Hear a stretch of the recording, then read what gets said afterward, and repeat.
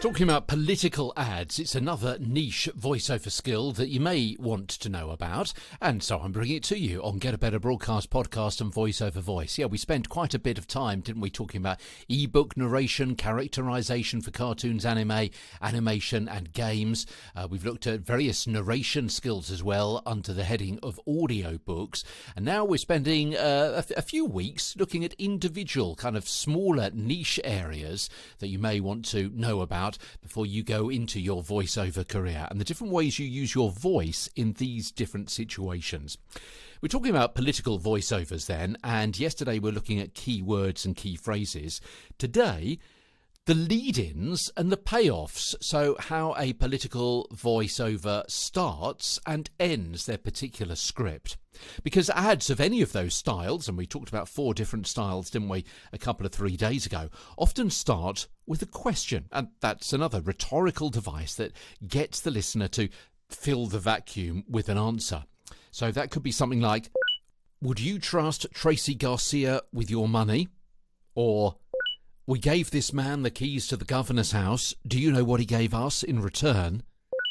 Just why should you trust Camila Haufman? Now, as we saw before, it's actually quite difficult on many occasions to start a script from a cold start, particularly if the script starts with a short phrase or indeed a question. Yeah, it's also very difficult in a script reading session when you're interacting, when you've got dialogue with other characters, just to say the odd word here and a short phrase somewhere else. It's much easier to get into the rhythm of a conversation, for example, with other characters. You find your feet, you find your role, you get into the zone. Yeah. So very often, we've spoken about this before, using a lead-in sentence can help you get into the right, well, I've been calling it the tone zone. Yeah. It saves starting off from a cold start. You've got another phrase to warm you up with. So a short phrase that you say to yourself, or you say it aloud, but before you start recording the actual script. Or you can have it recorded but take it off, because obviously it's not actually there in the script. They don't need it. It's to help you have a kind of running start before you start the script itself. And it's a line that the first sentence in the script can react to. You're giving yourself something to react to. So it could be you answering a question from somebody else. It could be something you're saying as part of the sentence, which you then start recording. Or it could almost be somebody else's voice, somebody else making a statement that you then react to with the very first line of the script. So, going back to those 3 sentences, those 3 opening statements that I had a few moments ago, let's think of 3 different lead-in lines that will make it easier for you to read the sentences on the script.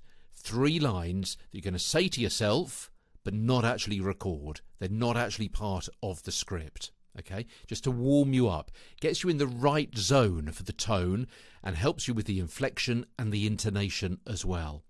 Because otherwise, it's going to be quite difficult. Would you trust Tracey Garcia with your money? It's not bad, actually. But what if you start by thinking, you want to know how truthful I think they are? Well, let me ask you, would you trust Tracey Garcia with your money? Do you see what I mean? That actual first line of the script rolls off much better when you've got a lead-in line to react to. Here's another example with the second sentence that we had a few moments ago. Some people are going to give him a second term. We gave this man the keys to the governor's house. Do you know what he gave us in return?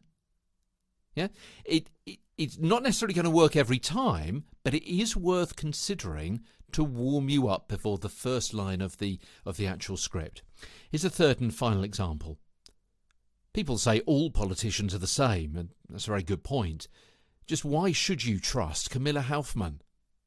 It's worth bearing in mind. If you find it difficult to start from a standing start, then maybe consider a lead-in line first. So those are the starts of scripts. What about the ends of scripts?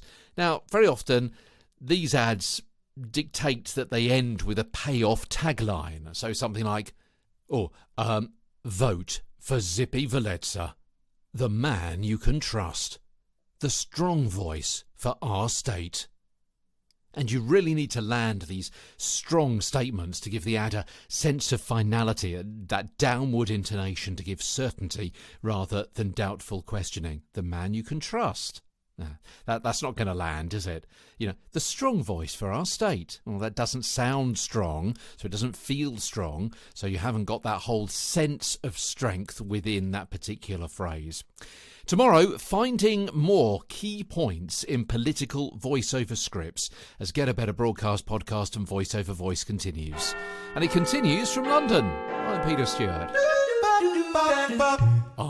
Peter Stewart.